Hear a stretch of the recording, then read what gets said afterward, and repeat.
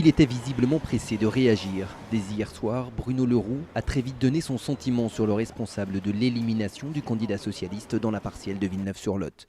Sur Twitter, le patron du groupe PS à l'Assemblée estime que le score d'Europe Écologie Les Verts, 2,78%, a participé à la disqualification de la gauche pour le second tour.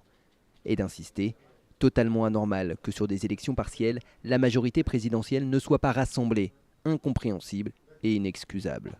Une faute que refusent pourtant d'assumer les parlementaires écologistes. Le seul problème vraiment, c'est la perte de lucidité. C'est fâcheux quand même de ne pas essayer d'analyser plus profondément les causes.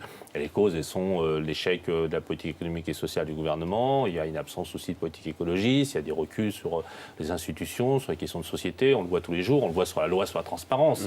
En clair, les écologistes ont voulu dire qu'ils devaient être mieux considérés dans la majorité. Mais vu du PS, ce rappel, dans ce contexte particulier, ne méritait pas d'être fait. Quand on sait qu'il y a un tel danger, il s'impose de considérer que l'unité dès le premier tour est la solution.